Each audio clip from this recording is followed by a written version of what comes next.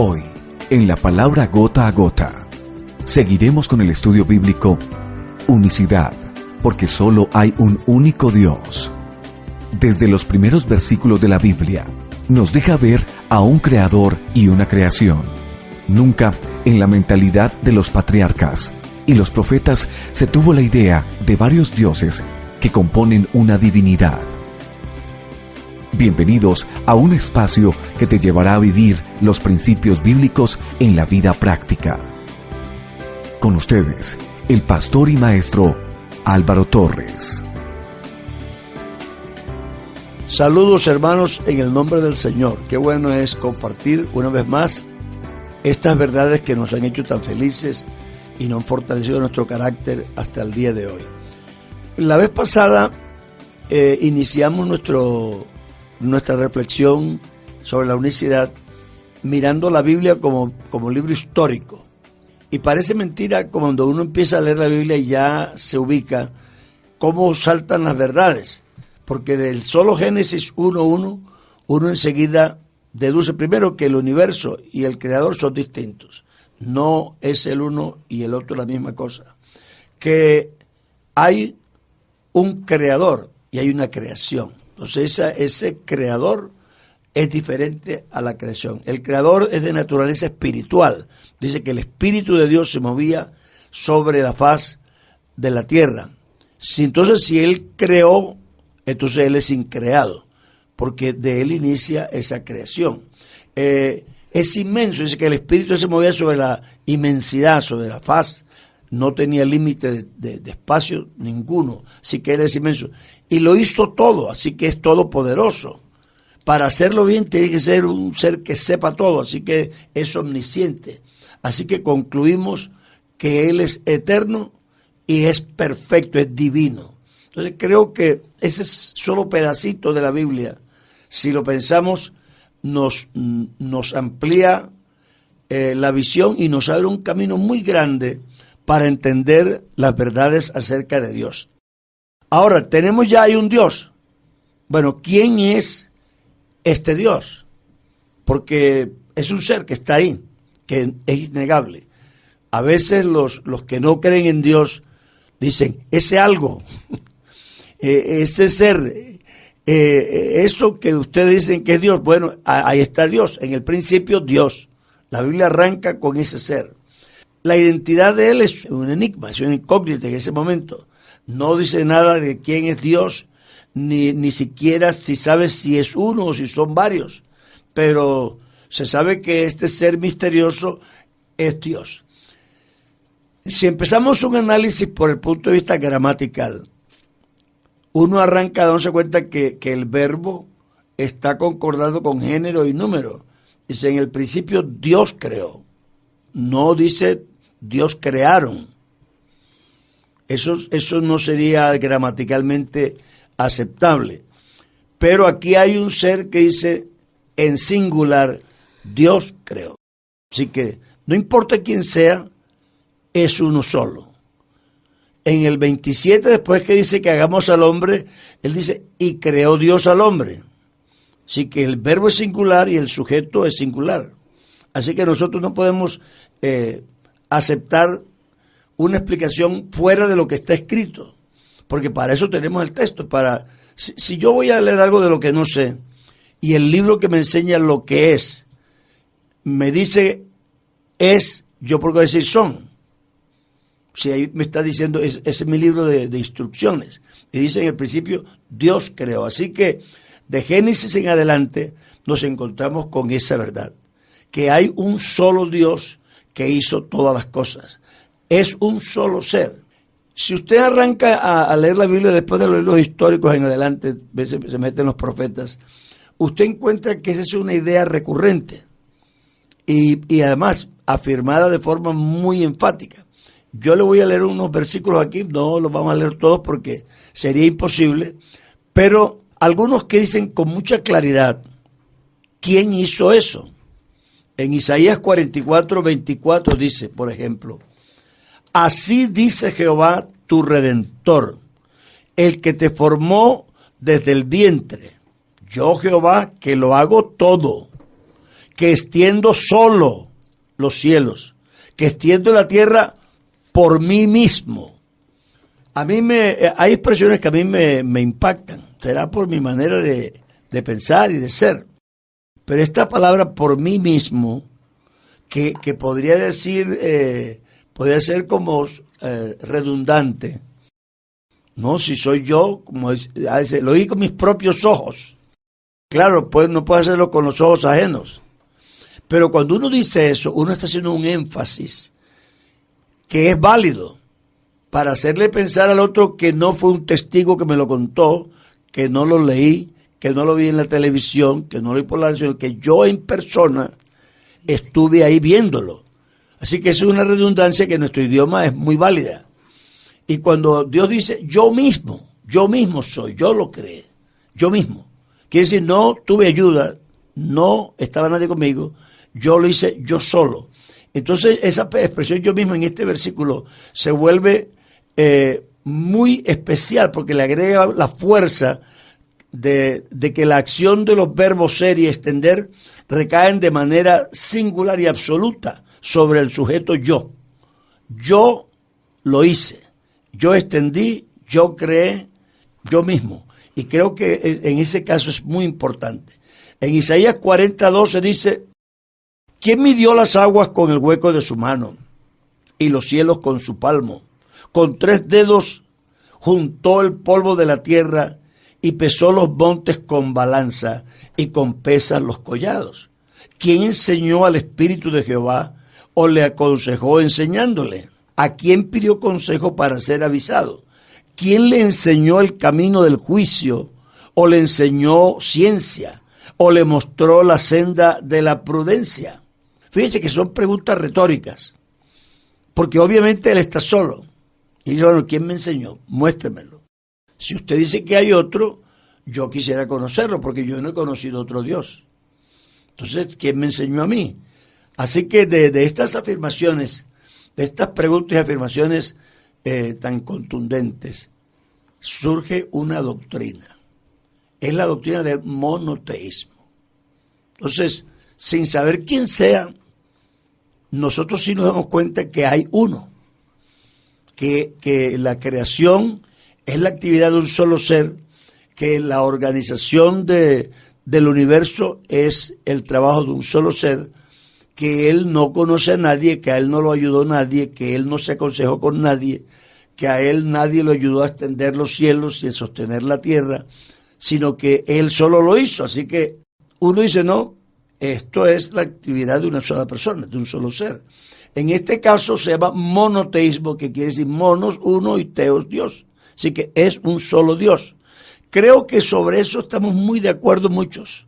Es decir, ni las personas que tienen doctrinas extrañas se atreven a decir que el mundo lo hicieron los dioses, porque eso es paganismo. Es decir, el politeísmo no tiene asiento en la palabra de Dios. El monoteísmo sostiene que la creación es la acción de un solo ser, ya que él mismo dice que no conoce a otro y que nadie fue su consejero. Otro detalle, como decíamos antes, de ese primer capítulo de la Biblia, es que dice el Espíritu de Dios se movía. Es decir, es un solo espíritu, no dicen los espíritus se movían. Es decir, que nos presenta un ser cuya naturaleza es espiritual, que no se le ve limitado por nada, porque llenaba toda la inmensidad y que tenía la autonomía, es decir, capacidad de por sí de actuar, haya, y todo así fue creado por un ser que tenía el poder, la capacidad, la inteligencia para hacerlo. Porque el primer descubrimiento es que Dios es uno en número. Sí, no tenemos más que un solo ser. Y es divino y espiritual en naturaleza. Es infinito, sin medida alguna, todopoderoso, omnisciente en la acción. Por estas características es único en su clase. En realidad, para todo lo hecho se necesita un solo ser. Yo creo que es importante esto, porque hay un principio filosófico que dice que donde una causa es suficiente, dos son demasiadas. Si yo con un billete de 1,000 pesos puedo comprar una gaseosa, ¿para qué necesito 2,000 si lo que voy a comprar es una gaseosa? Si yo con un ser todopoderoso puedo hacer un universo, ¿para qué necesito dos? Así que con uno basta.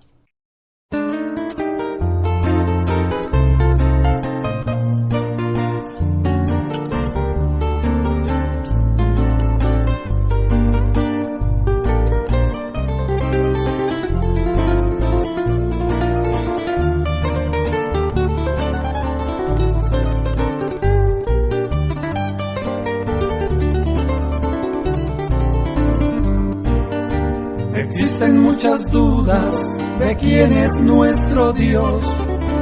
Jesús está en los cielos, de donde pronto ha de venir. Se ocupan claudicando entre muchos pensamientos. Dicen sus conclusiones, Dios no puede existir. Se ocupan claudicando entre muchos pensamientos. Dicen sus conclusiones, Dios no puede existir. La gente confundida en la tierra hoy está. No han podido entender que existe un solo Dios. Si ustedes me permiten, lo voy a presentar. Jesucristo es Dios y fuera de Él no hay más. Si ustedes me permiten, lo voy a presentar. Jesucristo es Dios y fuera de Él no hay más. Él es el consejero, Dios fuerte y Padre eterno. También es admirable y príncipe de paz. Y sin contradicciones es grande este misterio. Por eso es que creemos que Jesucristo es Dios. Y sin contradicciones es grande este misterio, por eso es que creemos que Jesucristo es Dios.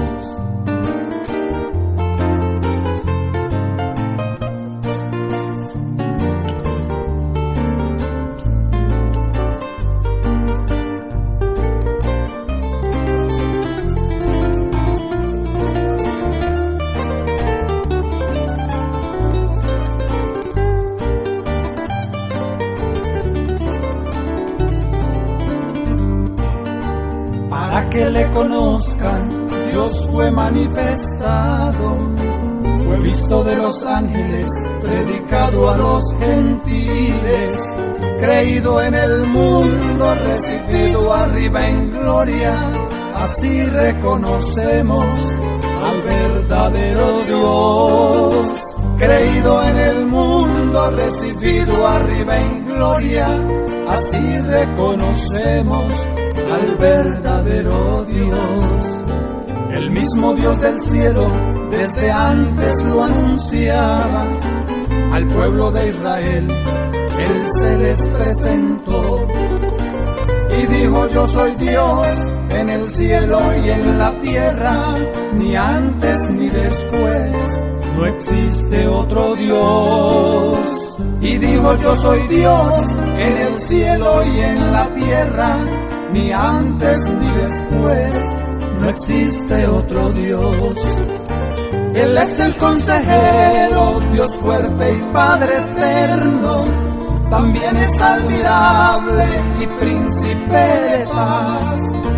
Y sin contradicciones es grande este misterio. Por eso es que creemos que Jesucristo es Dios. Y sin contradicciones es grande este misterio, por eso es que creemos que Jesucristo es Dios. Pero sabemos que el Hijo de Dios ha venido y nos ha dado entendimiento para conocer al que es verdadero. Y estamos en el verdadero, en su Hijo Jesucristo. Este es el verdadero Dios y la vida eterna.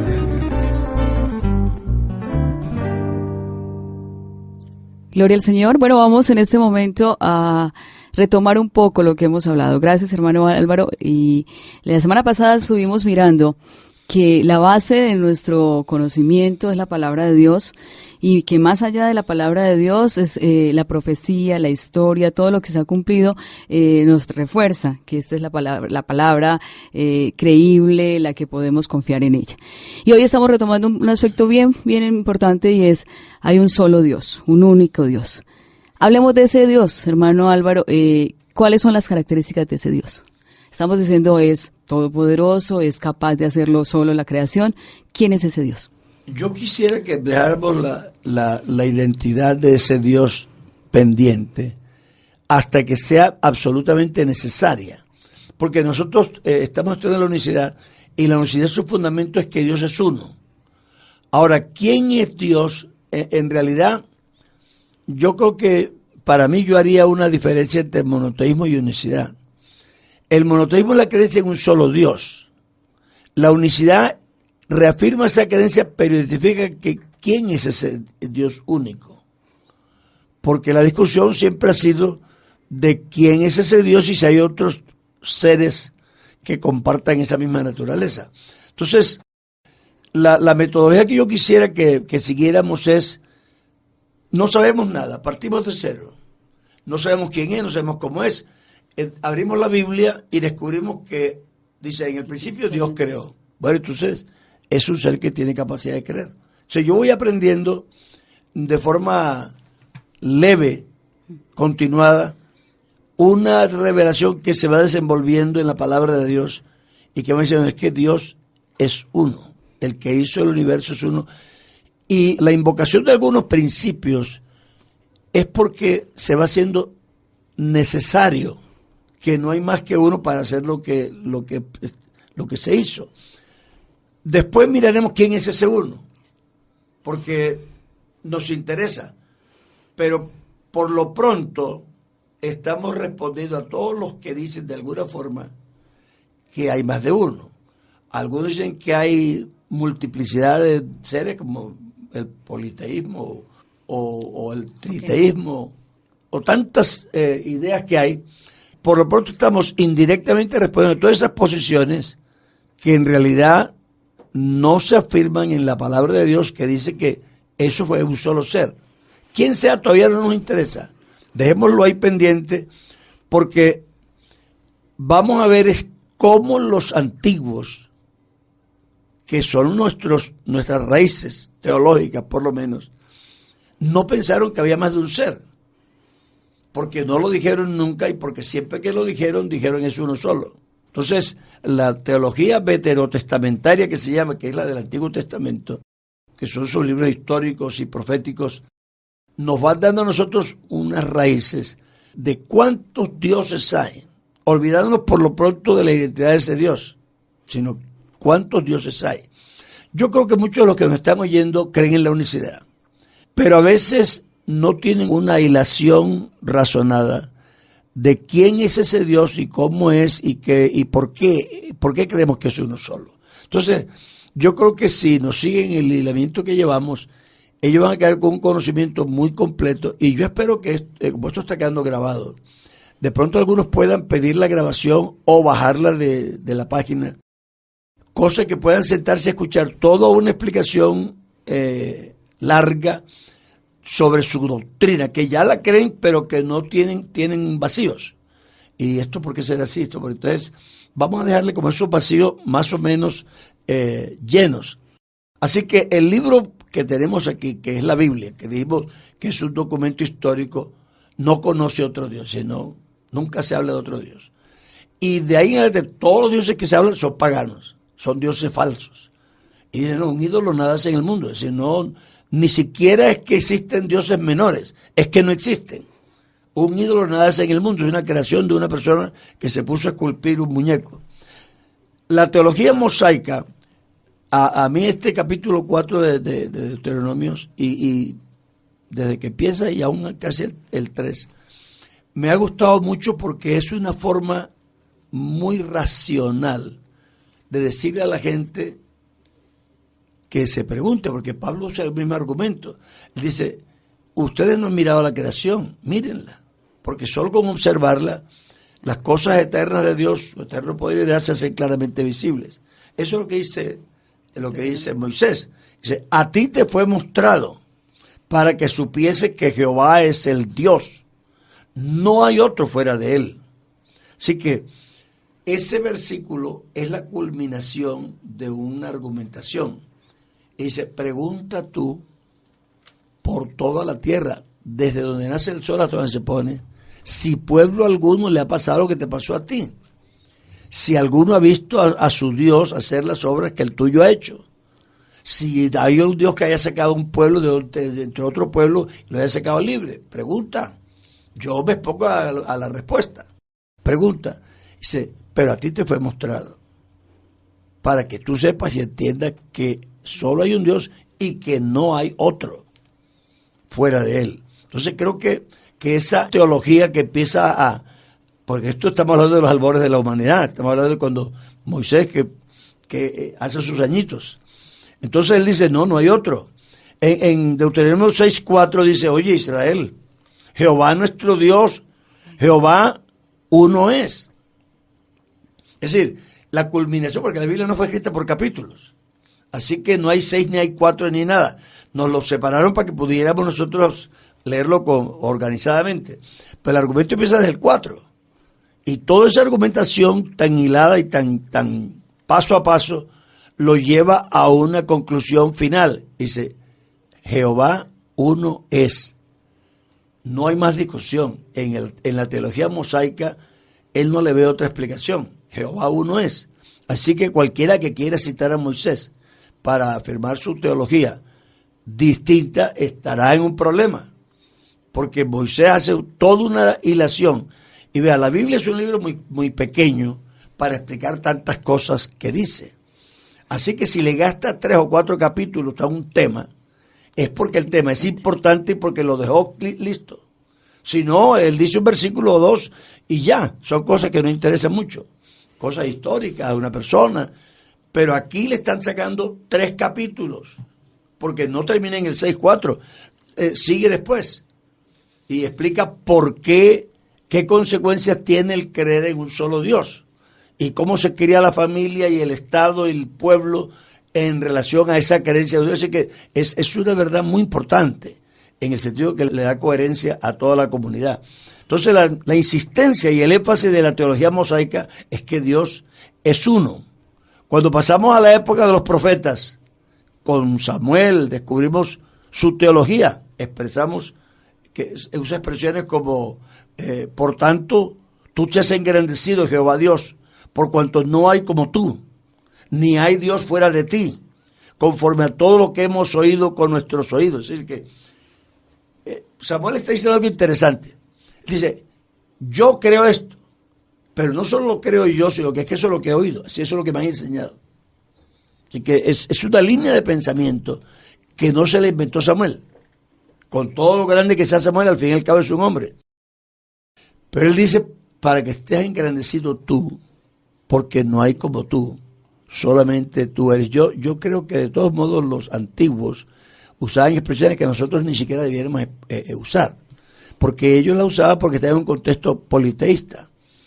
Decir que no hay otro como tú, yo no lo diría, porque ¿con quién lo voy a comparar? Ni por poquito ni por mucho. La comparación sola ya es una falta de respeto. Pero claro, en este contexto politeísta, él sí le dice al pueblo y a la gente, dice, no, es que no hay otro como él. Si es que tienes otro, muéstramelo, pero como este no hay ninguno. Tú eres único. No hay nadie como tú, dice, como hemos oído. Así que era una tradición. No solamente está escrito como un conocimiento, sino que era un conocimiento manejado por el pueblo. Otras citas en los libros históricos dicen, en los Salmos, en Zacarías, en Malaquías, en el libro de Isaías abundan las referencias del Dios único. Vosotros sois mis testigos, dice Jehová, y mi siervo que yo escogí para que me conozcáis y creáis y entendáis. Fíjense que otra vez aparece que yo mismo soy. A mí me gusta mucho esa expresión, porque es que esto está en un contexto politeísta. Toda esta escritura del Antiguo Testamento, la parte histórica y profética, está en un contexto politeísta. Entonces Dios dice, si me viste haciendo esto así o esto así, no es que soy otro, soy yo mismo. Es decir, mi accionar es múltiple y mi ser es polifacético, pero soy yo mismo. Entonces, esa expresión para mí ha sido de mucha bendición encontrarla, porque reafirma un concepto, lo hace fuerte. Yo mismo soy, no te confundas. A veces aparezco como la roca, a veces como el agua, como la lluvia, como el maná, o como lo que sea, pero soy yo mismo. Es que los antiguos a una cosa determinada, por una cosa extraordinaria, le daban ya el valor de un Dios. La fertilidad, la lluvia, la siembra, la cosecha, cada cosa era un Dios. Y Jehová dice, no, soy yo mismo. No importa las cosas que haga, soy yo mismo. Antes de mí no fue formado Dios, ni lo será después de mí. Así que no busquen más. Isaías 44:6 dice, así dice Jehová, Rey de Israel, y su Redentor, Jehová de los ejércitos. Yo soy el primero y soy el postrero. Y fuera de mí no hay Dios. El verso 6, no hay Dios. Siempre jocosamente yo he preguntado en una fila donde el último es el primero, ¿cuántos hay? ¿Quién está entre los dos? Si es el primero y el último. Entonces, no hay nadie. Este sándwich nos lo dieron sin nada. No le pusieron ni chorizo, ni hamburguesa, ni nada. Era el pan solo. Yo mismo soy. Yo soy el primero y yo soy el postrero. Nunca se formó un Dios antes que yo, ni después. No lo será. Entonces, creo que es una forma muy coloquial, porque en realidad es coloquial, de decirnos unas verdades muy grandes, pero que son contundentes por ser tan simples, porque ya no queda más forma de argumentar. Aquí está el primero y el mismo es el último, entonces no hay nadie más, está un solo Dios. No temáis, ni os amedrentéis, no te lo hice oír desde la antigüedad y te lo dije. Luego vosotros sois mis testigos. No hay Dios sino yo, no hay fuerte, no conozco ninguno. En estos versos siempre yo encuentro expresiones que a mí me dan una cierta alegría, porque uno a veces argumenta, pero es que Dios se las dice así suavecitas, se las suelta no temáis ni os amedrentéis. ¿Y por qué no? No te lo hice oír de la antigüedad, sois mis testigos, no hay Dios sino yo. Es decir, que el creer en un solo Dios y tenerlo claro es lo que me da a mí la seguridad, la confianza. No tengo problema, dice, no temáis, ni os amedrentéis, no te lo hice ver desde el principio. En otras palabras, ¿a ti quién te va a hacer daño si no hay ningún otro Dios? Entonces, no, que el diablo, no es que ¿quién es el diablo? Si Pablo dice, el espíritu que nosotros tenemos es más fuerte, más poderoso que el que está en el mundo, así que el cristiano tiene que estar tranquilo. El creer en la unicidad no es solamente una cuestión académica, no es solamente para saber y discutir con otro y ganar el argumento, es que eso me trae unas consecuencias a mí. Es decir, el yo saber que hay un solo Dios y cómo es este Dios, yo gano de ahí una confianza fuerte. Yo no, es que no será arrogancia, pero yo ando con calma, con seguridad. ¿Por qué? Porque el que está conmigo, como dice esa forma muy coloquial, es como un poderoso gigante, pero es que no es gigante como él. Es decir, que es una forma muy humana de decir, el que está conmigo es el todopoderoso, un poderoso gigante. Pues no es un gigante ni poderoso, es todopoderoso y no tiene tamaño. Así que vosotros sois mis testigos, yo no hay fuerte, no conozco a ninguno. En Isaías 45, el 5 dice, yo soy Jehová y ninguno más hay. Es decir, yo creo que son expresiones muy contundentes. Ninguno más hay.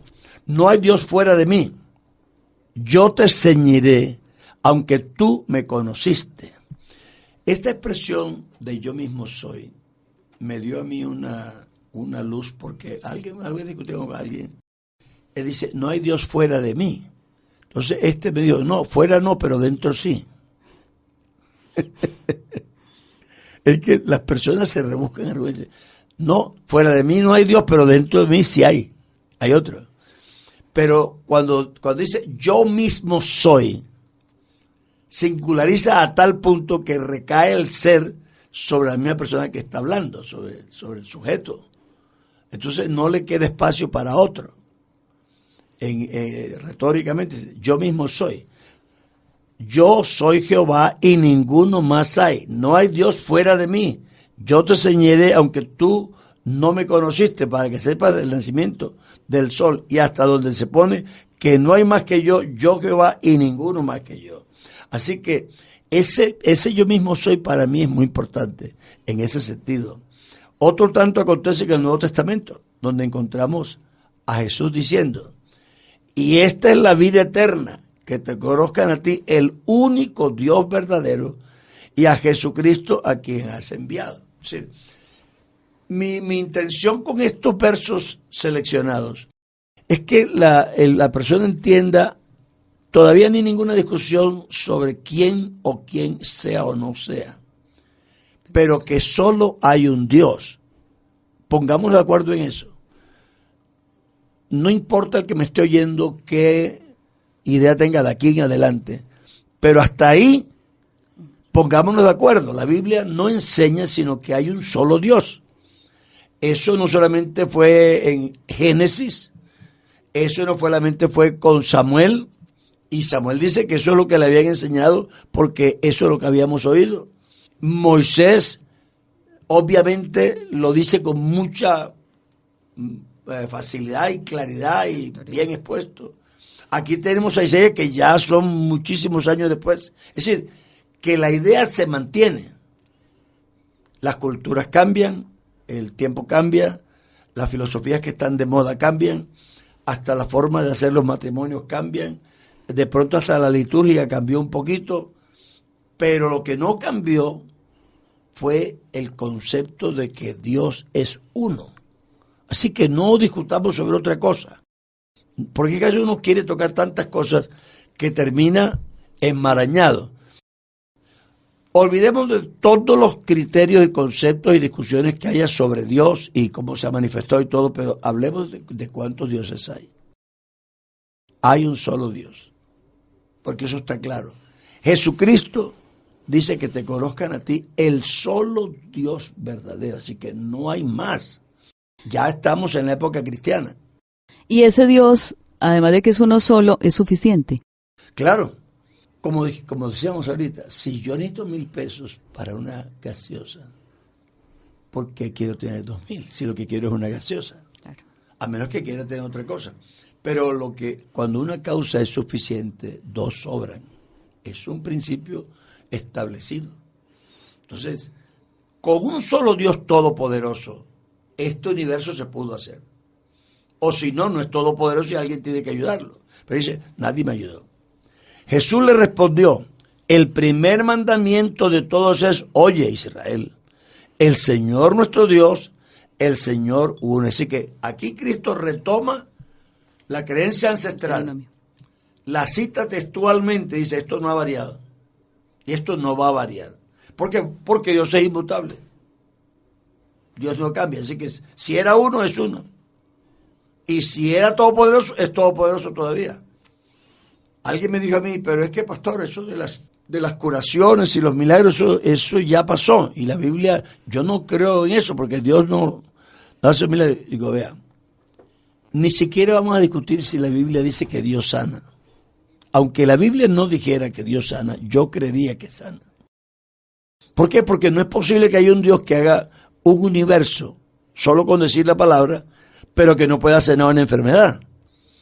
Y además la Biblia sí lo dice. Pero si no lo dijera, igual lo creería, por consecuencia. Porque sugiere que un Dios todopoderoso lo puede hacer todo. Entonces, ¿qué habrá imposible para Dios? Él dice, ¿acaso hay algo difícil para Dios? Nada, porque es todopoderoso. Así que creo que esto es la esencia misma de la primera conclusión esencial de creer en un Dios.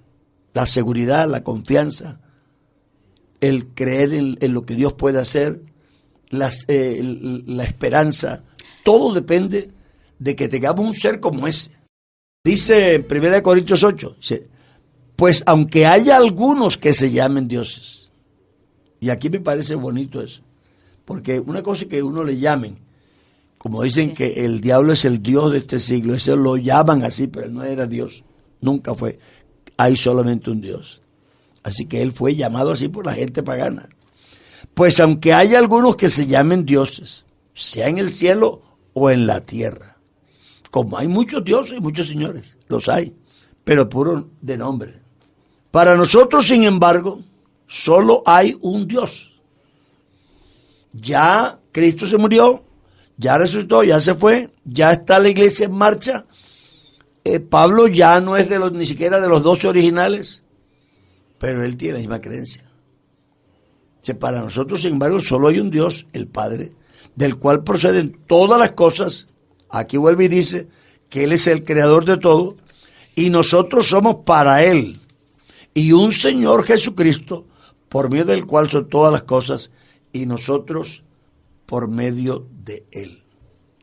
Entonces creo que en este segundo programa, esta segunda intervención, nosotros estamos hilando fino desde el principio para tener como una visión coherente, racional, de la doctrina de la unicidad. No se trata solamente aquí de ser como apologético. Yo no pretendo ser apologético en esto, porque es que no creo de qué me voy a defender, si es que esta es la verdad. Es que Dios arranca diciendo que al principio Dios y ya, sin más explicaciones. Pero para que la persona se dé cuenta cómo la Biblia sí enseña eso. No es que yo sea caprichoso o que no quiero aceptar los otros, o que de pronto de la noche a la mañana yo salgo con una doctrina o el otro salga con una doctrina. El que uno invoque a una persona como muy antigua, que creyó distinto, no prueba que esa persona creyó la verdad. El cristianismo sí ha tenido desviaciones. Entonces hay corrientes cristianas muy antiguas, pero la antigüedad no las hace verdaderas. Lo que las hace verdaderas es que ellos hayan sido fieles a los principios que Dios propuso, lo que Él enseñó, las doctrinas que Él promulgó. Si mantenemos esa fidelidad a la creencia. Pero yo puedo ser un pastor de 60 años y de pronto me desvío. Y no puedo invocar mis 60 años para probar mi mentira. Igual una iglesia, una organización o cualquier corriente teológica no puede decir que porque es antigua tiene la verdad. Puede ser que sea antigua, pero se ve que en algunas cosas se ha podido desviar, como de hecho ha sucedido.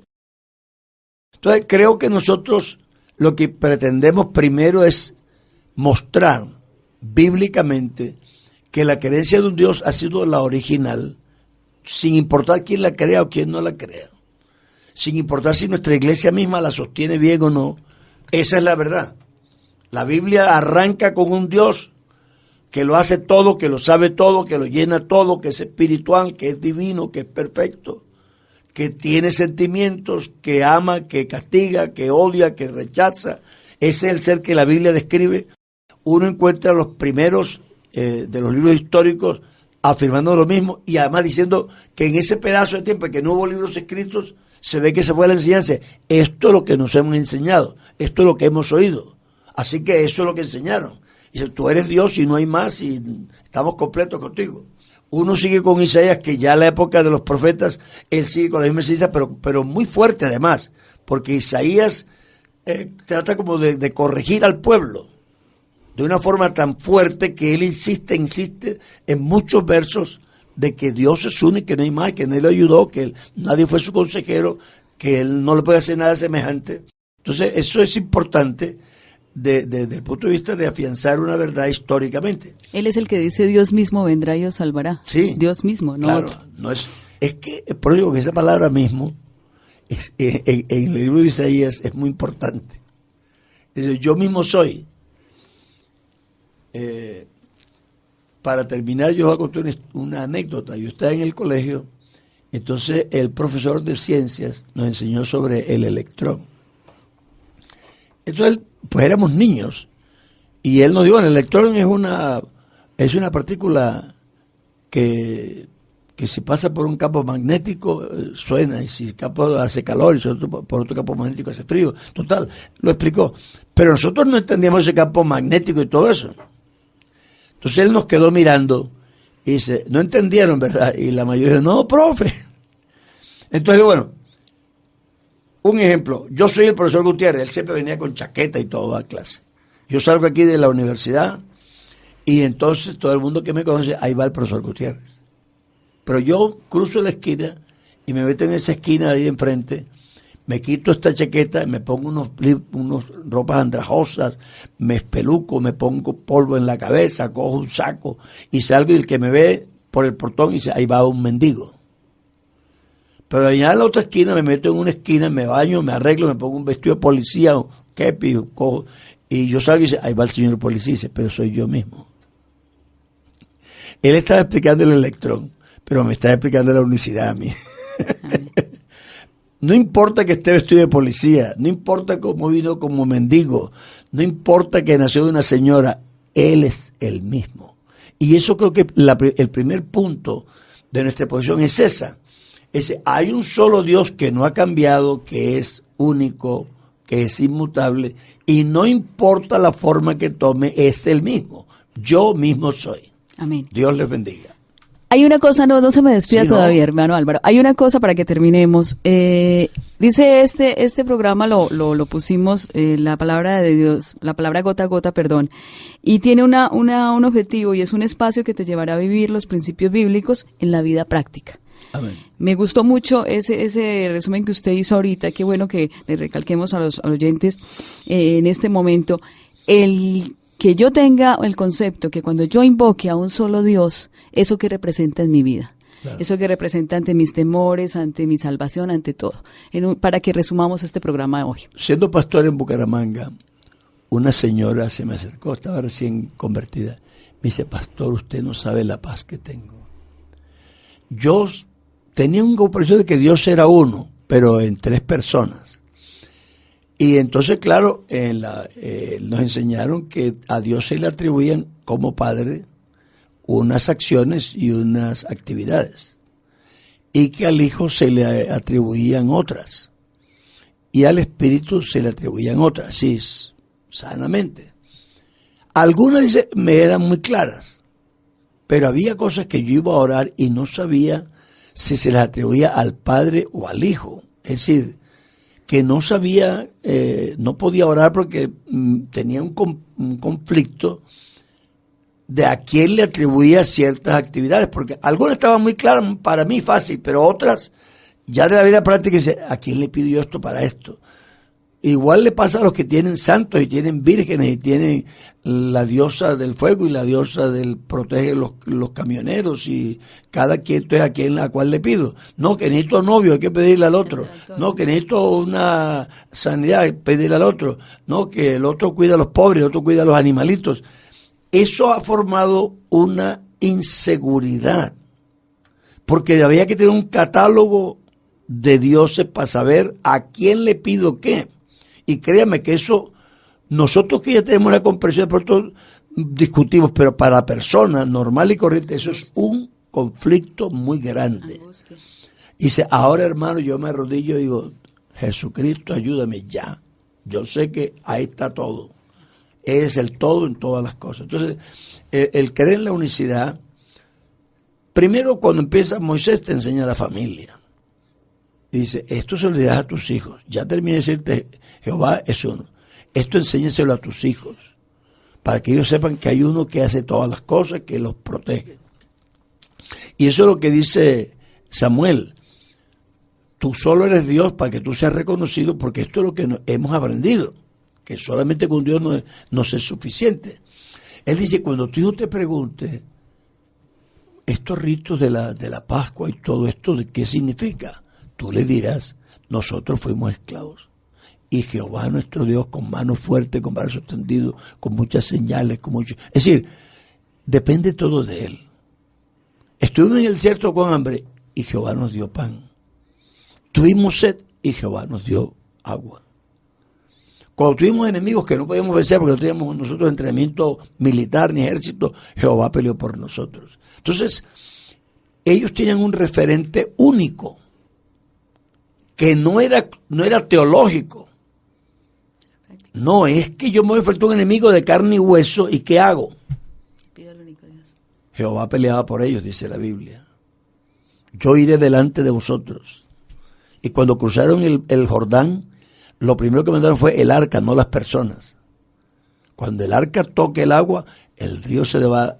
Entonces ellos tenían, dice, la mirada puesta en el arca, que era la presencia de Dios. Entonces es importante el tener un referente único. Es importante porque al niño en la casa, si la mamá le dice B y el papá le dice Z, él se confunde. Pero si tiene una sola voz que no, es que A y esto es Z, él va a ser un niño seguro. Los niños inseguros es los que tienen información distinta de los que le están guiando. Pero cuando hay una voz única, él tiene un camino, no tiene más. Nosotros tenemos un camino, tenemos un Salvador. Gracias por sintonizar la palabra gota a gota. Esperamos que se tome un momento para escribirnos y dejarnos un mensaje de cómo este ministerio radial ha aportado para su crecimiento espiritual. Escríbanos a la nueva radioepoch@gmail.com